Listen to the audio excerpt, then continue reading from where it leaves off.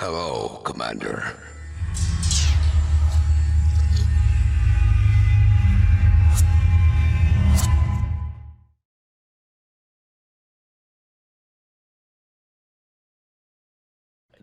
Do you believe in magic, Mr. No, Adaxi? I don't. Ooh, I oof, don't believe in magic. oof. Okay, all right.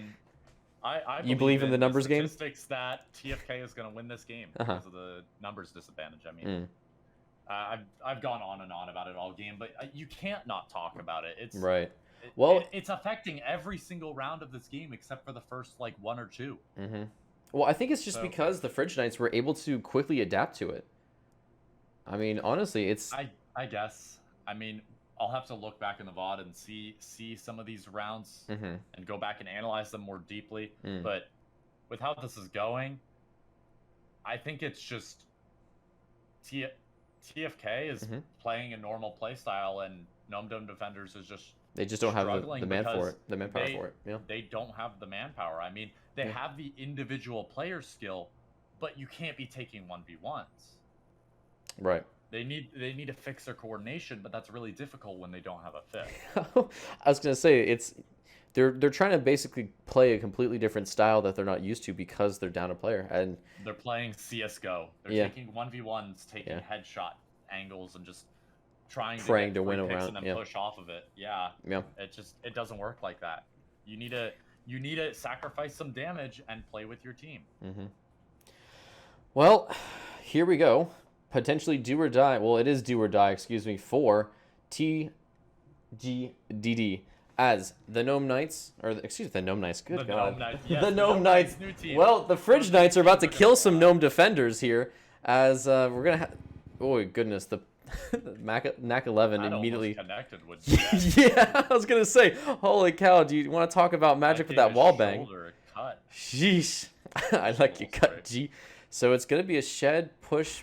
NVG's going, or a arcade push for the power, and then they're going to try and make some magic happen with the NVGs, but the defenders immediately rotate. Jet goes hard and catches Maka. Knack 11 tries to catch the shotgun, but the shotgun disagrees with that engagement. Tetra doesn't even realize where Works was. Jet going hard this round. Holy cow. All right. Well, we've got ourselves a game, ladies and gentlemen. Puff is in a really terrible spot, and they just completely clean him. What I tell you, Rumble couldn't do anything to help his team in Teller. Yeah, that's a free pick for Med, and Jet just played really good off of his flash, and he was able to find. Jet went hard. Him and Tetra played together and pushed into storage. There was a very good attempt from Works, and he was able to find Tetra. But the Molotov was not able to push off Jet far enough for him to find the second. Right.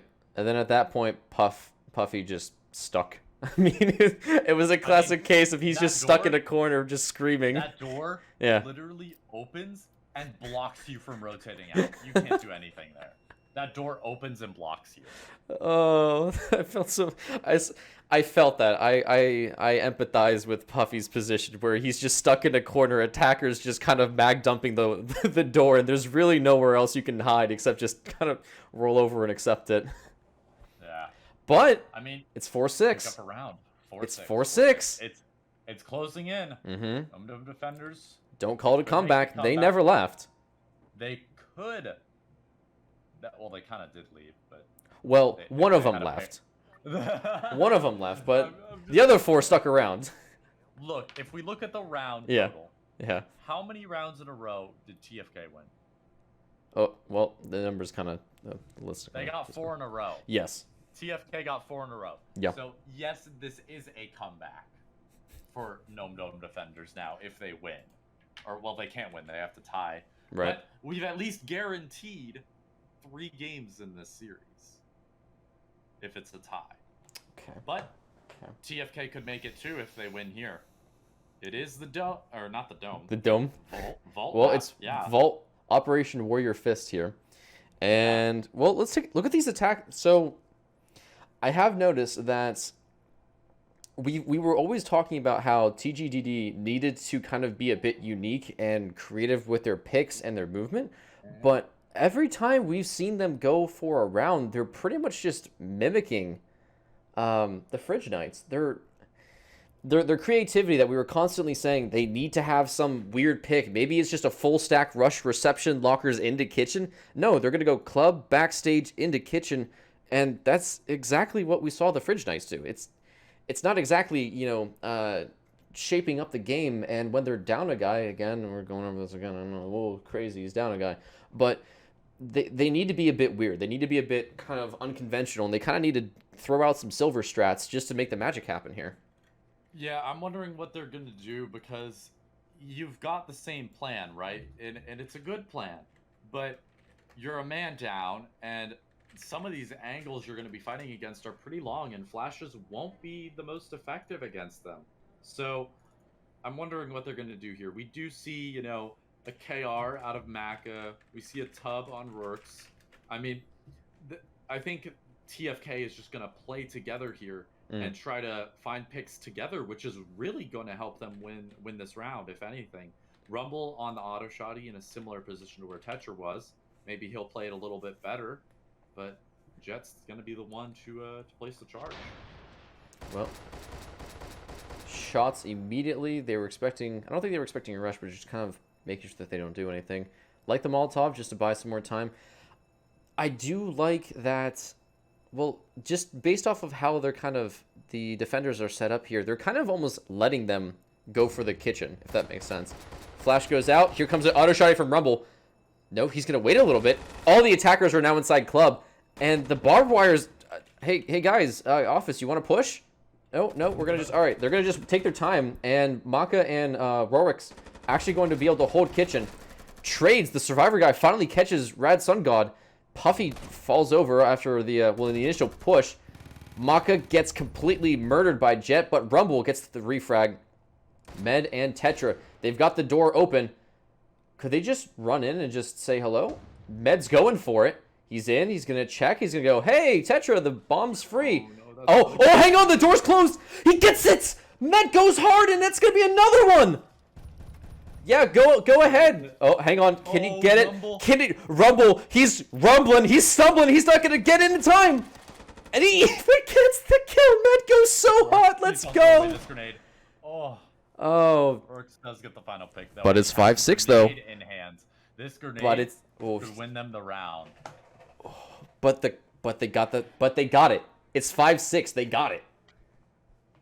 I mean, at what cost though? Like you said, at what cost? But they did get it. A grenade in the hands of the defenders. When that's going to be spicy. Or when it's game point. It's the final round. Do you believe in magic, Adaxi? You have to worry about something like that. No, I don't. I believe in the statistic that this grenade is going to net... I'm just pulling this out of my ass, but I believe the statistic is going to net, on average, 1.32 kills out of that grenade. And we're going to see, maybe some mid-pick...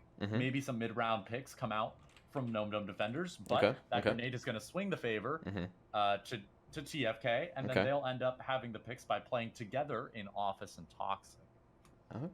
Okay. Well, back on to Freedom Phalanx. I do agree. Yeah, you kind of started throwing numbers at me, and my eyes glazed over, and I was like, yes, math is fun. I sure wish I was smart. But hey, we'll see an average of 3 barbs per round. Woo! One's going to land in storage, one's going to be in Toxic, and one's going to be on the entrance to Toxic. Okay, so one on the entrance to Toxic might be an issue, though. Well, so attackers are thinking of maybe just going for a door push, making sure they don't have to deal with the office, and then maybe clear. So I think they're going to try and kind of just secure storage and then go for picks, maybe using that fan as we see Tetris playing around up there. But I don't think that they're really too interested in going for the power, as I think they, they don't seem too keen on going for power. I mean, it's last round. Why would you switch it up and take a risk like that? You just want to try to win the round off the fast picks you got. I mean, on that round... Oh, hang on. I think they were able to get some of the picks because, it was late round. There was still chaos happening in late round. And in C-Store, they were able to get picks because they just went in really fast and they jumped the molly and they played off of their flashes really well. So it's, can they do one of those two things? Create late round chaos or play off of their flashes really good in the early round? But it's going to be a lot harder to play off their flashes here on Factory. There's a lot of space on this map, yeah. Especially with a grenade. I mean... That's going to... Where are honestly, you gonna I play? think when we see the storage, if they do genuinely go for that storage push, they might just sacrifice the barbed wire, yeet the grenade The into nade the. pin's already pulled. Oh God. That means when the attackers walk up, they are Yep. not gonna know Oh when the my. nade's thrown at them. They're just gonna hear a clunk, clunk, clunk, and then it's gonna blow up at them. Right. Well, I'm hoping Rorik's. he doesn't waste this on fan. Well, Unless he hits Rorik's really is sitting there. easily. He is. He's just waiting. All right. Well, here. Okay, we got a door open. Med checks. Rumble's kind of taking a look at it.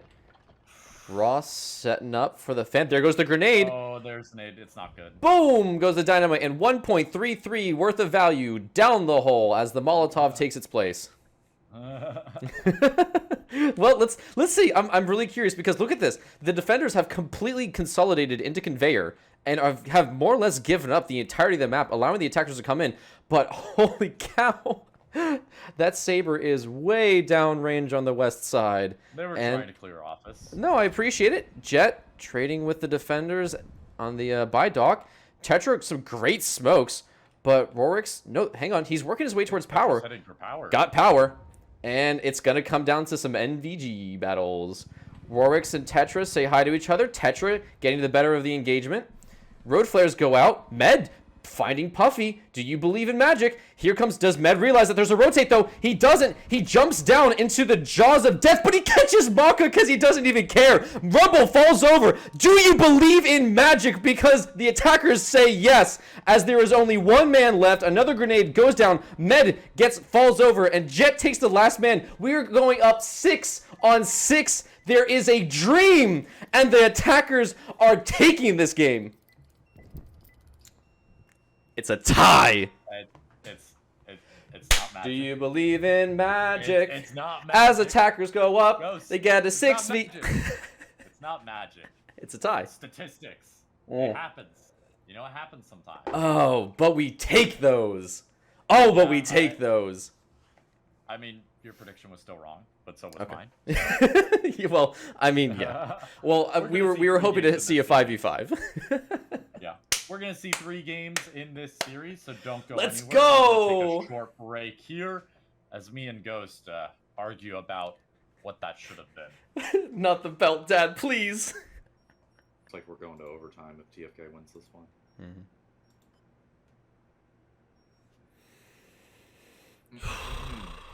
I'll do intro. Okay, cool and good. Good and cool. Right, get ready.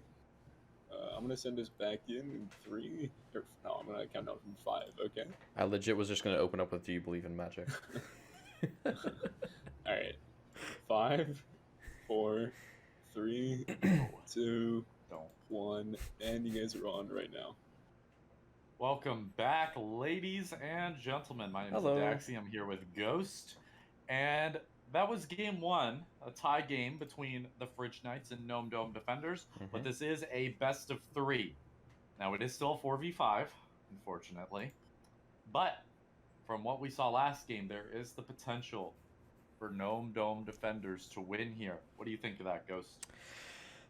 Well, it can happen.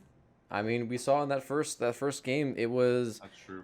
It was a bit dodgy. I mean, we saw the TGDD started strong, then they kind of fumbled a little bit in between, and then they came back, and they came back with a vengeance against the Fridge Knights. But I guess the old saying, you know, you can go and check out a fridge, but trying to defend a factory can be a little bit tough in the dark. So the Fridge Knights are going to have to really step up for this round, as we were kind of hearing throughout the casting rumor mill that TGDD might actually have a 5th for the 3rd map. So it'll be really important if they can try and if TFK can actually get this map, then we will have a pretty good chance here. But it's gonna be tough. It's gonna be tough. Yeah, we'll see. We'll see. I mean, the lineup is still Jet, Raw, Tetra, and Med. And then the lineup is still Survivor, Puffy, Maka, Rumble, and Works for TFK. So I don't have a spectate button. That's very cool. Just hit Let's see refresh if a I whole can bunch of actually- times. Yeah, I had the same issue. Yeah, exactly. Real quick, also, I want to give a quick shout outs to our production team, Satrams and Roach or Rats is Roach helping us on the production team. So, of course, thank you to those guys. As always, it's always important to shout out the casting team because without their help, we're just a bunch of weirdos talking into mics, not doing anything. I mean, they're meant to be the ghost, not you. Oh. Yeah. I thought you were asking me a question. I was like, yes. Yeah. Yeah. We are starting out on Elephant Pig. We're gonna see. It's a weird name. Very, very basic map. I mean, maybe it's an elephant-sized pig. Maybe it's a pig-sized elephant. Which would you rather fight? I'd rather fight a pig-sized elephant. Pig-sized elephant. But it's tusks. Yeah. It's got really pointy tusks, and it's got the energy of a pig, so it's going to like run at you and try and eat your corn. Well, but if you're dealing with so just tub it. Just run at it and tub it. Just like Med's going to do on this map.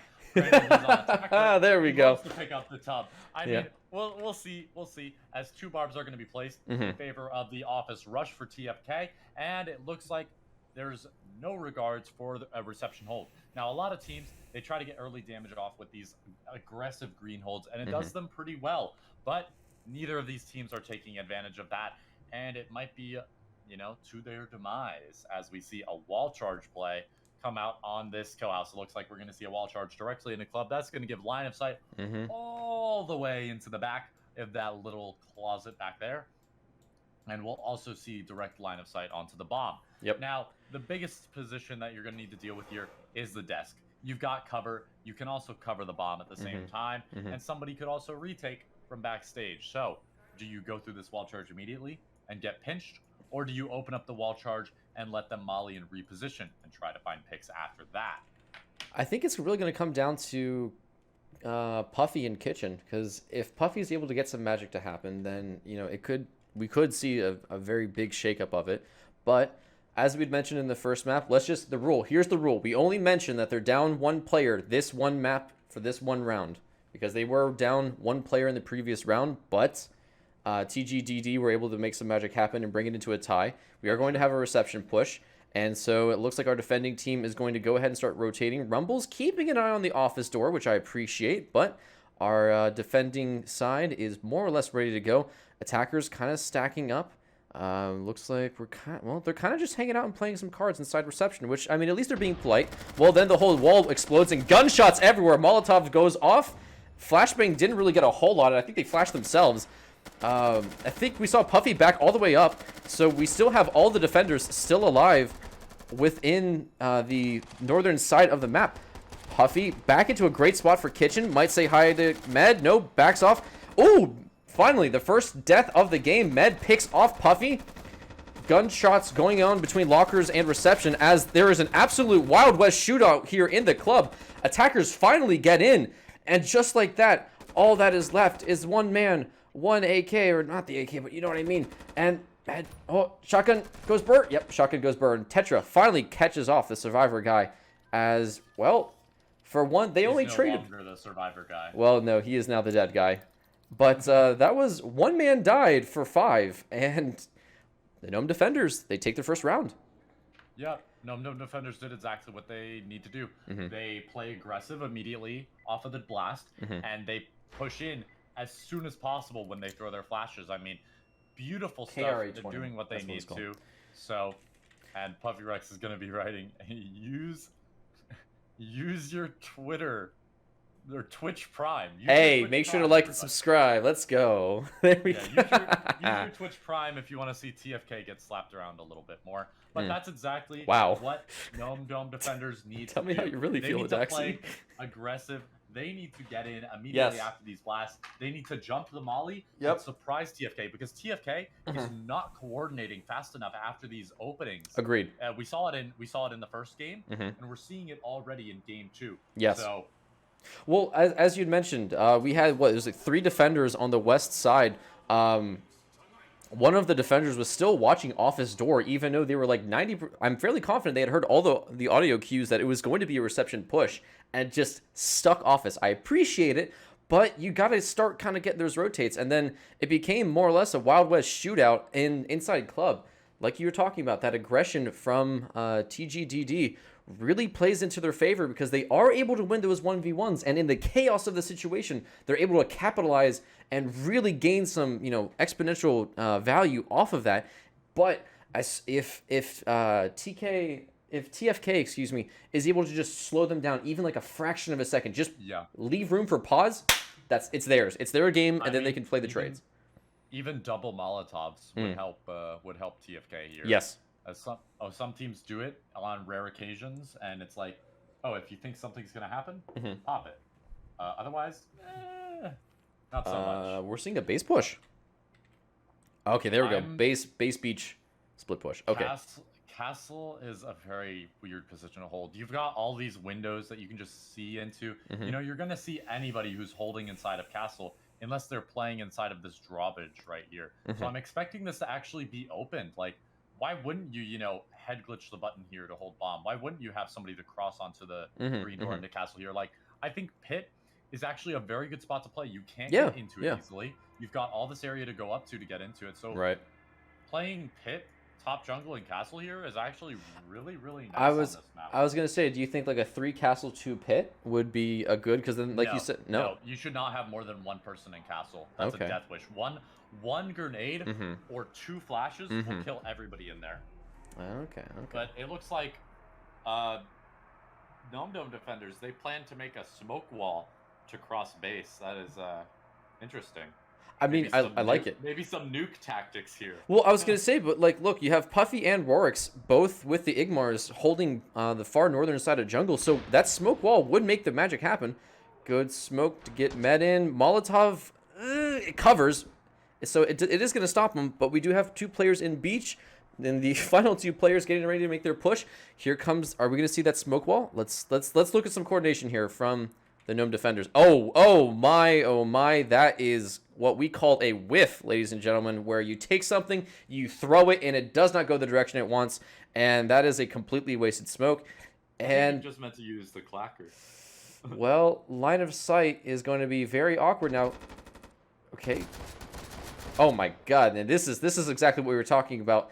TFK now has slowed down the attack from the Gnome defenders, and well, it's getting kind of awkward because it's nothing but line of sights. Med manages to get his way into jungle here. We do have 1 player by the rocks. Med finds Puffy, of all players. And bridge, I think, just got open. We've got all the remaining 3 players for the Gnome defenders sitting in base, just trying to find these defenders. They're just kind of everywhere. Sitting. Oh, we got, I believe it was a flash. Oh, no, that was the grenade. Grenade caught nobody. Jet finds, no, Maka found Jet, but Rumble double-crossed Maka after he fell on top of Jet. And now there is only 1 player left. It is Raw trying to find Rorix and Rumble. He's going to start looking around. To single out these gunfights. Yeah, that's really tough when there's only 24 seconds left, though, and the defenders are more than happy just to wait. They know that he's going to be by the bomb if he touches it, so they're going to start creeping on him, creeping and making their ways in, and yeah, Rumble finds him easy. Good entry picks for Med, though. Very, very impressive. But Rumble, Maka, Rooks, they're able to bring it back. Good hold on Castle, especially from Maka. I mean, granted, Rumble double cross into Maka's back, but double cross it machine. Happens. Sometimes you gotta sacrifice each other for the greater good. For the greater good.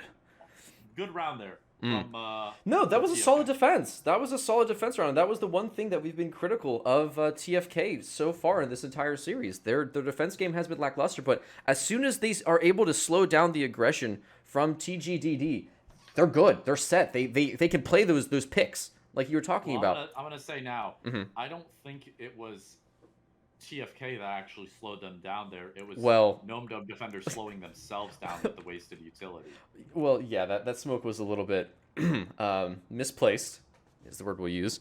And unfortunate. Yeah. Unfortunate. But always, of course, make sure you drink your water because, honestly, gamer fuel is always important. Med's probably cracked on gamer fuel right now. We don't have to worry about that. As we see Raven Sublime. Now, something very interesting on this. Hit me with a hard 20. Point out. Hit me with it. You can stand on this railing, and if somebody is sitting right here or right here to hold that red door, you can jump shoot them. and kill them.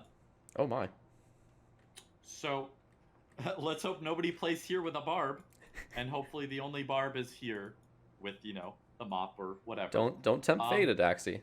Nade will probably end up being thrown right here if it's not used to clear, you know, toxic or servers. Okay. Because think about where the defenders are going to play. You've got docks, Yep. which is good for holding both sides of the map and bomb. You've got generator and silos to hold this one side of the map. Right. And then you've got inside of toxic to hold servers, or, you know, a hard corner here. Yeah. So you're not really going to be playing close to this red door, you know, on top of power or under generator. You're going to be playing on top of these things, and then you're going to be playing, you know, inside of toxic. Hey, Adaxi. He's got barbed wire. He's gonna be playing close to the door. Okay. Well, Gnome defenders probably don't know that you could do that because they are going toxic. Well. So. Oh no, it's yeah, okay, so they might have completely avoided the problem, so it's okay. Well, hang on. It is okay. Oh, hang on. We got a boy going south. KR 820. Oh no, okay, yeah, they're going the distance. They're going to go far. 82U wrapping around on Rada Sun God. Okay, we're good. He'll never see the light of day if he runs in right after this clack. Oh, Rorks, he actually has a clacker on hand. Let's see what he can do here. Oh, he gets some. Let's go. Oh, dead. Destruction of the highest order. Let's go. All that, and that, ladies and gentlemen, is why you always go shopping on the dead bodies, even if you know you got the win, because it is things like that. Well, you know, that's going to slow down their attack just a little bit, you know? Med found a pick, though. That's power goes out. And, yeah, well, Rumble has the auto shotty and disagrees with Med's pick. Tetra and Raw Sun God. There is a mop in Puffy's hand all the way in silos, which is, the man's got line of sight. And, well, here we go again. The Fridge Knights, they just got to sit there. Play calm, take it easy. There's only 2 players left. The grenade, it spices Rorix a little bit, but good flash. Stops Maka, finds Rorix easy. Molotov kind of gets where they need it, but Rumble falls over and dies with the auto shotty. And suddenly, this Knight's defense is just crumbling. Puffy's got line of sight. Can he find Raw? No, he doesn't. Tetra. Ooh, tags him. But it doesn't matter because he's still alive and he's going to start touching. He hears the stomps. Puffy doesn't trade, so he's still alive. One-on-one. Tetra versus Puffy. Doesn't see him. Oh, yeah, that could have been the difference there. Oh, that hurt. Oh, that hurt. That was such a great start. It hurts. That was such a great meme round to pick off Jet Rorix. That was so great, but then, I mean, okay. So to be fair, let's switch the tables a little bit here. TGDD, they used their utility well. They had their good engagements, and they wow. I was expecting Rumble to clean house with that auto. It's the same start as last game now, 2-1 in favor of the Gnome defenders. We'll see what they can do, though, as Fridge Knights is on double attack once again, and they have the numbers for this. Oh, boy. Killhouse, Dome, and Factory is what we're going to be seeing once again as we return to Elephant Pig. Now, the question is, do you want to do the same wall charge strategy, or do you try to get the damage out with wall bangs? It worked. It worked for 4 men, so why not do it for 5? It worked. I'm just saying.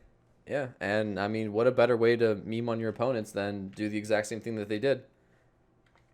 Yeah, and it looks like meme chat TFK making a to-do list here. They've got a scrim more. That'll be interesting. Maybe a few scrims against Neo or Nemesis will teach them. That's very true. I think for TGDD, their to-do might be bring a 5th. Yeah. But it's gonna be the same play.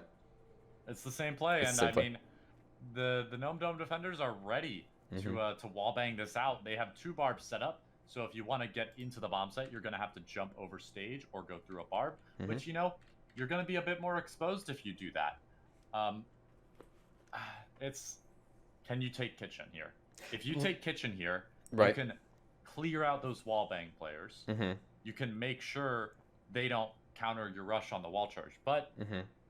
then you're sort of splitting up and you can't have as much firepower on the wall charge breach and just go in. True. My only, well, it's going to come down to the engagements, as is with every FPS game, of course. But I think if we see the TFK always engage in pairs of twos, you know, we saw that in the first map they were kind of traveling around more as wolf packs, trying to kind of always avoid those one-on-one engagements, which we know TGDD will always want to take because they're just a bunch of fraggers. It could work. I mean, it could work. Here we go onto the execution stage, and of course we are going to see the conga line go straight for reception. Rad Sun God is going to be keeping an eye on Office. Rorix making some noise over by Office, and you can see it does pull. They start kind of looking at it. Jet's prepping himself inside lockers just in case. Trades going, well, gunshots going out. Mindless wall bangs, doesn't catch anything, thankfully. Meta getting ready inside the kitchen. And yeah, look, they're kind of trying to pre-fire the wall just in case. Oh! 1G. Oof. He Molotov'd himself. That's, well, I mean, you got to do it at least once since, you know, first you missed the smoke, then you got to Molotov yourself. So it is what it is. Flashbang goes out. Tetra's in a bad spot. Rumble's going to find him. Cleans him instantly. Rad finding Maka. Jet going to go for the rotate. Doesn't really find anything. And God, that was just disappointing, frankly, on the defending side. Everything just went wrong. And they're going to go shopping. I mean, you saw the breach go out. Yep. There was no response except for one Molotov from Gnome Defenders. You saw a Molotov, no gunshots towards that wall charge. Yep. And then because Med's line of defense in kitchen is gone. Oh no, it was 1v4. Poor Med had to try and make some god tier move against 4 different players in 4 different angles, which he wasn't aware of. And at that point, you're just throwing mollies to make magic happen. And nah, I mean that was you always hate to see it when the Molotov bounces back and your feet are on fire, but. Well, that one was kind of as you would expect a 5v4 to go, especially at this caliber of play. Yeah, that's fair. You know. I really think that if TFK keeps playing like that, they keep playing this fast, aggressive playstyle that Gnome Dome defenders were doing on attack, they can easily sweep this right now. They can win all the rest of their attacker rounds. Because Gnome Dome defenders, last game defense was their struggle. Right. I mean, they figured it out. The story goes they used to have an 100% dome defense win rate. But that's no longer the case. Their defense has been faltering. So they really need to come up with something creative here. I was gonna say, I think TFK's kind of biggest upset for this has been they're matching the Gnome Defenders in aggression, which has really benefited them because the Gnome Defenders, I don't think they were expecting this kind of aggression. And then they've kind of realized because of the aggression that they are receiving from the Gnome Defenders, if they slow play them, if they try and kind of break that initial momentum, they can win those engagements in a very formidable fashion. They're not always winning them, but they're slowing them down to get those opportunities and those picks. And then on the Gnome Defenders side, let's see, Smoke kind of went the wrong way. Molotov kind of went the wrong way. I mean, you can't really expect when you place down a wall charge that it's going to magically just explode in your hands, but sometimes those happen. And it's this map, or this set of rounds here from the Gnome Defenders, there's just been every round something has gone wrong. But I'm not sure if something's entirely going wrong here for Gnome Dome Defenders. I mean, they have the gun skill. They just needed to recognize we can't just monkey this. But they're going full 8-brain. They're just trying to brute themselves in, and they're not adapting like the Fridge Knights are. Yeah, and I think Fridge Knights is finally getting rewarded for that. They had a rough first game, and I mean, a first game's rough for everybody. I mean, basically every best-of-3 series we've seen that hasn't been a stomp out, you know, there's some sort of struggle on game 1. The teams are figuring each other out. I mean, they may have done their research, but they're still trying to, you know, figure out what's going on, you know, maybe test 1 or 2 things. But looks like TFK is going to come out of the truck just a little bit late. We'll see if that affects them at all. I do want to point this out. I've always kind of made the comment whenever I see, because both teams always love to kind of just scribble all over the map and kind of make some movements. We didn't really see a whole lot of that from TGDD. And I've always kind of attributed that to the psyche of the teams, as we do see, well, gunshots galore, as the attackers are kind of, they're making some movement. I mean, they're making magic. They're trying to make something happen. Medgate's a great pick. Med just going hard here, as two players, grenade did nothing. That grenade was an absolute waste in terms of utility. And finally, Puffy is able to get up by the power, but frankly, at what cost? As Med's just going to retake that pillar position. Molotov on the castle green door buys a little bit more time. Tetra's aware that we've got the survivor guy, and the Saber from downtown by the beach picks and kills Med into a 2v2 situation. Technically speaking, supposed to have the defender's advantage, as we got Tetra in castle, Raw in pit, Rorix sitting pretty good. Flash finds Tetra, but we're into a 1v1 again. So this is exactly what we're talking about here. TFK have been making great strides in just adapting to the aggression of the Gnome defenders. And Rorix is going to pick up, go shopping, finds that he gets the AP25, and he's going to conga line, and actually shouts to Rumble, helping out his teammate with where he needs to go quickly. Smoke on hand. Tetra's going to hear him stomping. He's going to have to. 20 seconds. Trades, and the NAC 11 gets him. Raw finds that pick. That's difficult. I mean, Survivor guy probably shouldn't have gone in on his own there. Yes, I agree. I think they were trying to go for the power push, and Med just went hard.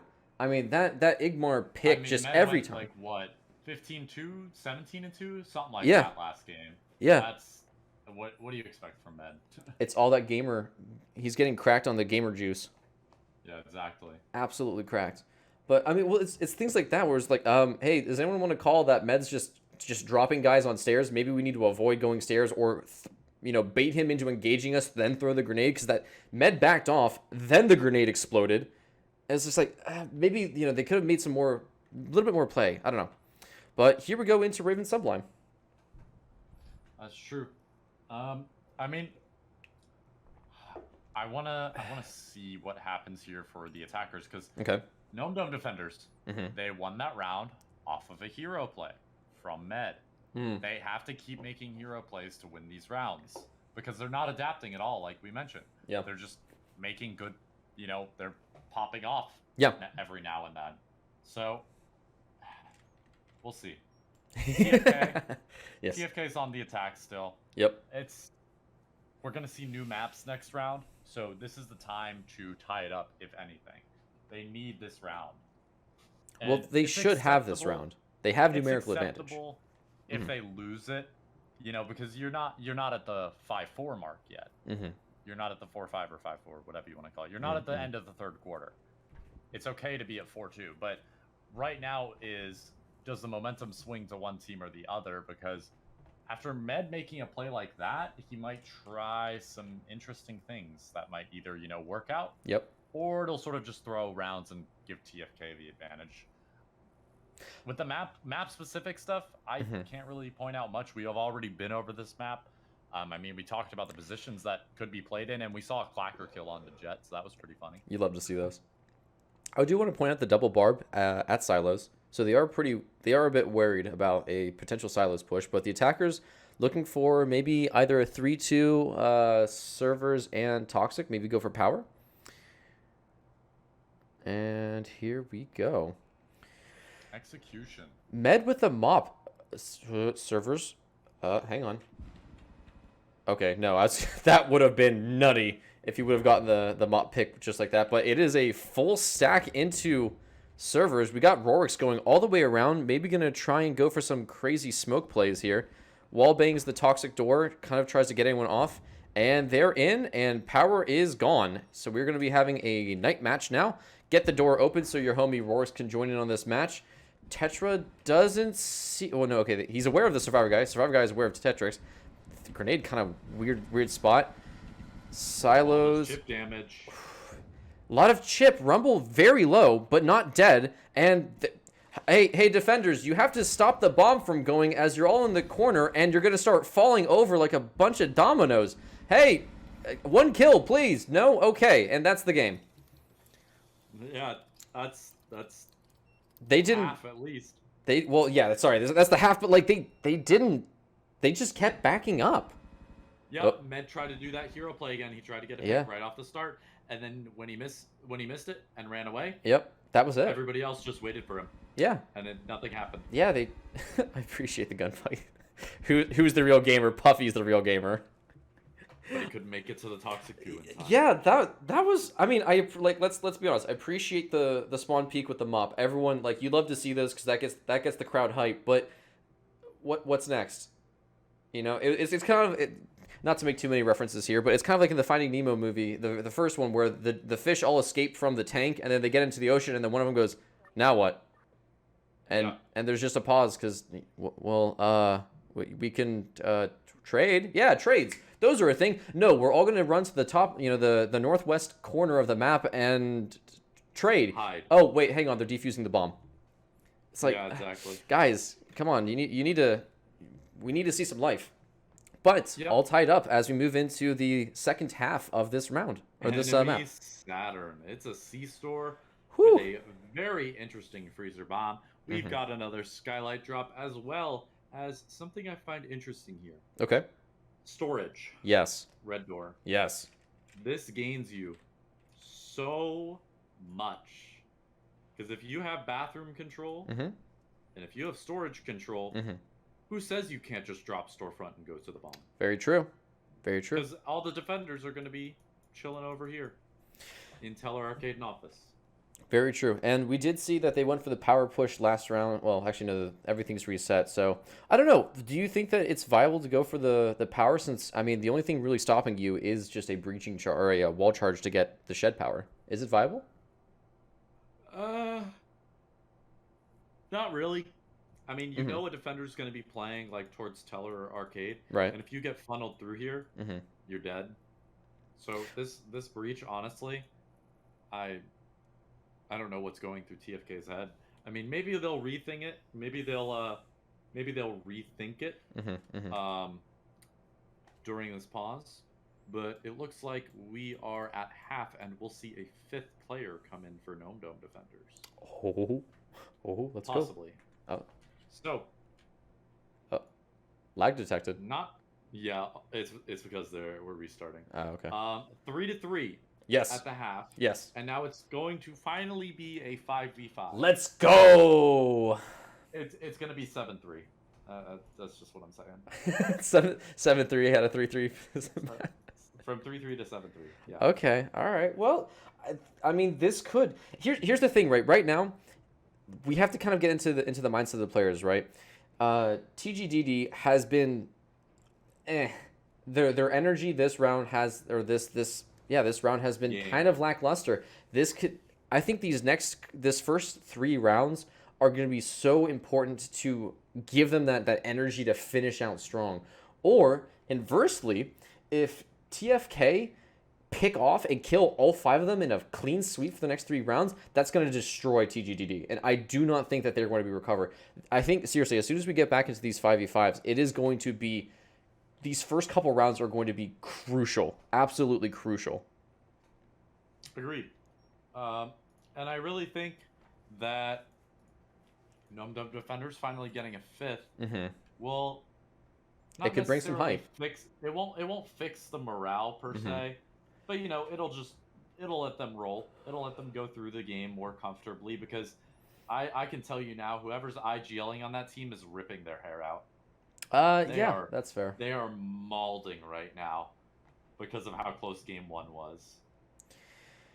Yeah, well, I mean, what can you really do as TGDD? I mean, let me ask you this, Adaxi. With what you've seen so far, what do you think is besides getting a 5th, what do you think is the biggest kind of thing that we need to see TGDD do to improve?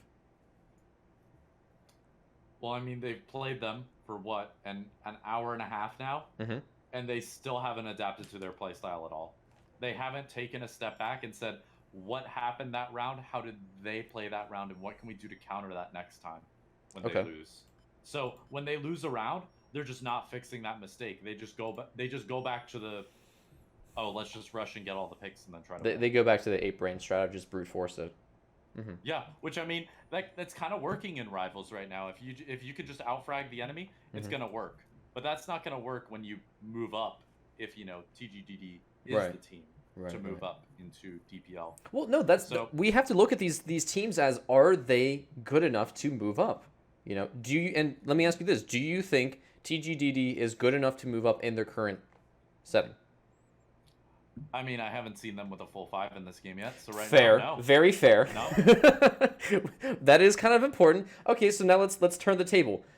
The Fridge Knights, from what you have seen, no, straight no, hard no. I mean, these two teams, Mm-hmm.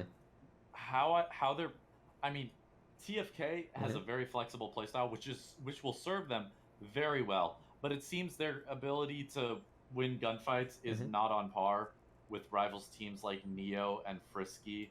Mm-hmm. So I It's think rough. if you can't at least tie or contend with Mm-hmm. Neo and Frisky, there's not really a chance of you getting into DPL. Okay. What would you say is their biggest kind of weakness right now then? You mentioned the gunplay. I mean, I think it's really just the gunplay. They Okay. play really. I mean, all teams have rounds where they just don't play together well, Right. and then teams have rounds where they play perfectly together. It Mm-hmm. just sometimes you play good together, sometimes you don't. That happens to all teams. So I think it's just really when do you take the gunfight? Can you take a favorable gunfight, and can you Right. take it with support or the advantage? No, I agree. I think that's very much within what we've been discussing so far. It seems like, you know, I've always seen the biggest challenge a lot of times is not only for teams synergy, but also adaptability and flexibility, because it's so difficult normally for just one player to not only recognize where they currently are within in a round or a series or a match and go, okay, the enemy team is doing this. They're being super hyper aggressive. I need to change my play style based off of how they're playing, and then to do that on 5 different people at the same time when there's pressure like this, that's really difficult, and it's very uncommon to see, especially in a rivals team, that kind of flexibility, which, hey, we appreciate that. But as you mentioned, the gunplay is going to be absolutely critical, because at the end of the day, you gotta kill the other team to get the wins. Yeah, that makes sense. And with TFK specifically, I think gunfights. I mean, they have already said scrim more. Yep, So, that's a very good point. That's a very yeah.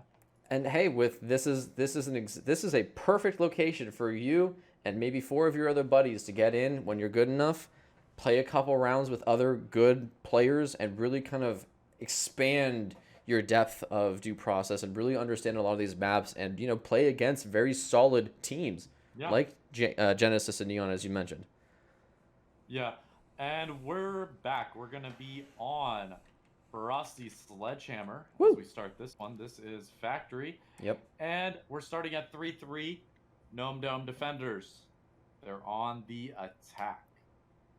So, what do we think's happening here? We think, Whoop. never mind. No, we're not. We're done.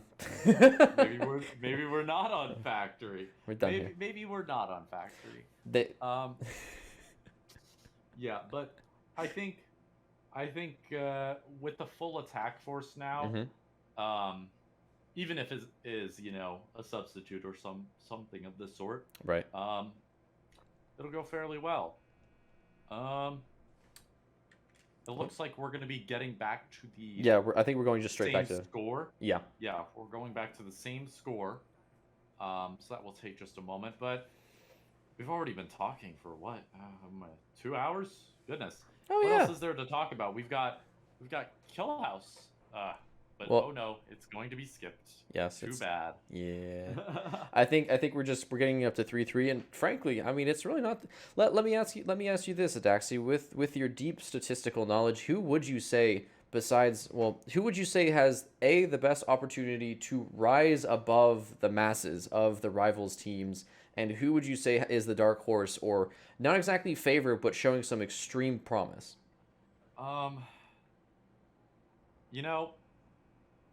Who are the teams that you look at and you go, wow, those guys, they got it together. They're showing some strength, and while they're not, they're not the name brand teams that we're seeing in Rivals, but there's some opportunity here. I mean, I think we have to address the bigger horses first. Neo. Right. I think we all know what's gonna happen. Yeah. They're favored. They're the favorite. Yeah. Frisky kind of came up, and it was very surprising to see what happened. Rip Jet. We saw them go pretty crazy. Yeah. In the traditional season. Hey, let's go, Med. Sorry. So, I think Frisky really does have a good chance of moving up. Mm-hmm. But in terms of Dark Horse, you don't really see much. I mean, you see spouts of coordination and god-tier gameplay from the majority of these Rivals teams, but it's just not consistent enough to be considered, something you should actually look out for. I mean, I've seen it from, Gnome Dome defenders. They have a really good fragging potential, but their coordination's kind of doo-doo farts sometimes. I've seen it from Genesis. Right. Their coordination and aim sometimes, they'll completely destroy you on attack. But oh no, their coordination on defense, kind of doo-doo fart. Not gonna lie. It's just not consistent enough to call one team, a team that's gonna upset everything and upset the masses. No, I don't think anybody's gonna make an insane lower bracket run. Well, with that, here we go. Dome.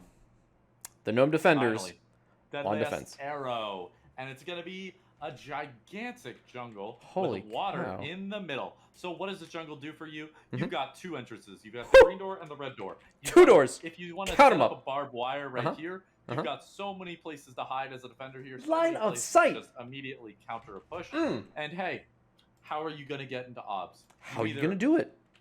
Blow castle. Whoa. And run the gauntlet. Blowing my mind here. All the noise. Make all the defenders rotate. Or go through pit. Do the same thing. Big snake. Make the rotate happen even faster. Or blow this and take your time. Just straight blowing them. Here. Yeah, a lot of options. Yeah. So, observation. Yeah, observation. Observation bomb is a very interesting thing. You've got these two windows that allow you to see out in this direction. Yes. And this direction. So playing inside of observation is not a bad call. You might actually want to place the auto shotty in there. We've seen it before. With castle, you just need to set that one bar because they can't make it up on top of the walkway until they make it to the staircase. So what do? You set up one player to hold through the window here or something, and then you set up somebody else to just hold the barbed wire. Boom. Simple as that. And then, do you really want to play jungle? That's your choice. You can set a lurker in there with a tub, or, you could even set up mop back there, but it's Med with the Igmar. So, I was to say, Med and Jet kind of sitting jungle right now, and it looks like the attackers are going to go just straight for the castle, so it's really going to come on. Well, Raw's thinking about it. No, he's just going to sit. No, they are completely giving up castle. They have no interest in defending it, and Raw's going to probably be the caller to say, hey guys, heads up, it's a castle push. Machine guns go Burr, and Tetra finds Puffy for basically, well, just a little bit of damage on Jet of all the players. So, well, that was a pretty good start, I would say, for our defending team, and that's what you need. That's exactly what you need when you're called the Gnome Dome Defenders. Defense rounds ahoy, boys! As, my oh my, grenade wasted, frankly. Flashbang, well, they needed to get that one out. Warwick's and Rumble making their way through, but holy cow, you got 3 of them. Molotov is good, pushes them out, buys them some time. Just gonna aggress on this Molly. Oh, that's something that shouldn't have happened there, but no. Hey, you got Rourke slow. Yeah, well, Rumble's dead, so what are you gonna do about that? Rourke's and Maka, last 2 on the attack. Finally, a smoke to stop the violence. And, oh, are we going to see a clacker save? Yeah. Maka and Rorik's. Oh, God, this is looking like an op save. Oh, boy. Yep, they no interest whatsoever. Wow, that's sending a message. That is sending a message. They have no desire whatsoever. They're not even gonna walk in. They're like, it's fine. It's fine. Full 5. Yep. That's what happens. 4-5. Full power gnome defenders, baby. Whew. Well, no, but this is exactly what we were talking about. They get their 5th player, instant energy. I mean, literally night and day gnome defenders here. And that's gonna help. That is gonna help give them that energy that we needed. The gnome defenders we saw when they were down a player, rough. The gnome defenders here we're seeing, good. And there's a free sub with every bottle of gamer water that you acquire through Twitch TV/Due Process Rivals or Due Process League. Oh my god. Boom goes the dynamite, and we got a defenders on the board. Wow. That was... ouch, frankly. I mean, that was... Sometimes I ask myself, why do I cast Rivals? Just to watch the free gamer bottles and the scribble. Maybe I should solo cast. Never mind. I'm just messing with you. And me both, the Dax. No, I'm kidding. But hey, that's the round for the Gnome Dome defenders. Yes. They defend the dome very well. Yes. I do say so myself. So, the question is, can they keep the streak going on defense, or will TFK finally find some stride in their steps on Factory? You know, Door Charge was used. Yes. But Clacker was saved, so they could charge both of these rounds if they wanted to, and we're on Gallant Edge. This is a map that is very interesting, to say the least. You've got this red door on docks that allows you to get onto pipeworks. Not pipeworks, conveyors, correct? Yeah. But these conveyors, they don't really net you anything because Office can just spray you down anyway. Yeah. But it does get you close to bomb. Right. Or would you rather blow storage, have to deal with all these close angles for power, or would you go server farm and get shot from somebody standing on top of a server? I think the question... Pick your poison. I was going to say, it's a pick your poison, but I think it's a well, I'm seeing a bunch of arrows pointing that they're going to maybe do a dock push. And yeah, it's a 3-2 dock, 3 going server. Okay, well, I see, frankly, because I prefer, at least for me, I prefer the poison of storage just because you can throw flashbangs, and as long as you're constantly, like, positively, you're trading with 2, as in one guy goes down, but then you can refrag him. Frankly, for me, that seems like a more guaranteed way to go in, because at least by the time you get into pipeworks and servers, it might be a 3-on-2 because of the remaining players in office and docks, but at least you have some security of either a numerical advantage or you've got like an auto shotty because you know that that's going to be sitting somewhere in storage. However, with server farm and docks, you're kind of risking anyone coming in from storage into server flanking you, the guy sitting in office maybe just getting a mop pick or something crazy, and your dock guys are running the risk of getting completely cleaned up by the office players. So we'll have to see. It's going to be an interesting match here. I count 3 defenders. Oh, there they go. Okay. Yeah. I was like, hang on a minute. I've not picked up some items yet. Oh, okay. All right. Well, Jet's going to be sitting with the mop in office, so it's... I mean, Ra's been pretty deadly with the Legro, so I'm wondering how this dock push is going to turn out. Tetra is going to be on the servers while watching server farm. We'll see what he can do from there. Nobody is going to be making a move. There's the door. 4 players keeping an eye on docks. Yeah, they cannot push into here without dying. Saber versus Mop traded in favor of Jet, mind you. Tetra gets destroyed in server. And 3 players in. Ooh! Rorik says hi to Jet with the Saber. And, well, okay. It's not the dome anymore. Rumble gets just 2-pieced by Raw and Hack. Nakadoodle-doo. Med with the Igmark. Gonna try and back up. Office is now secured. But we've got 2 players on docks trying to figure out... They kind of need to find somewhere to cover because, well, they're very exposed, all things considered. But then again, yeah... Raw with another on the Legros. That is just surgical precision there. Going nuts. What's genuinely terrifying is when you got a guy that's good on a very common weapon like the Legros, because then you don't even need to give the guy the Igmar. You don't even need to give the guy the op. He can murder people with the Legros. And now it's met in the 1v2. Well, can he make the play? yeah, but here Maka's going for the rotate. I appreciate that. They know they have a little bit of time to work with. I think they know where Med's sitting just based off of this rotate. Well, let's see how Maka rolls in here. Okay, he's going to take his time. Med's going to be looking in the bomb site. And okay, there's no okay, they could smoke. There goes the defuse. They're going to start. It's going to force Med to come forward. Shotguns. Timer's coming down. Maka goes down. Pup, he's got a touch. 13 seconds. It's too late. I don't think he's got enough time. He's going to throw the smoke, but it's a little bit too late, my guy. You just got to stick it. Nope, it's too late. He's got the time. No, he has the time. Does he, though? Because here comes Med with the Igmar. No, sir. He doesn't have enough time. Not when there's a Med with the Igmar roaming these factory streets. Goodness. Med 1v2. Beautiful. Beautiful stuff from him. And he from gets Raw as well. I mean, yes. Legros, strong stuff. He's going to recover that mop. Yes, that was the key thing. TFK need to win this round. Oh, boy. Well, that one... They had the smoke. They didn't exactly immediately know where Med was, but they had the smoke. That smoke was so late. That smoke was so late to the game. Yeah, it was. I feel like if they smoked that off earlier, that yeah, exactly, really exactly. More defuse progress. Exactly, and that would have, I think, put one could have just been a stick. That was exactly my train of thought as well. Because now it's like, well, no defenders. It's 5-3. That 7-1 prediction during the off time, once we were mentioning about the fifth player potentially coming in, it's kind of on its way. The 7-3 train's a coming, and I don't think it's stopping. This is going to be this is going to be a critical round here for TFK.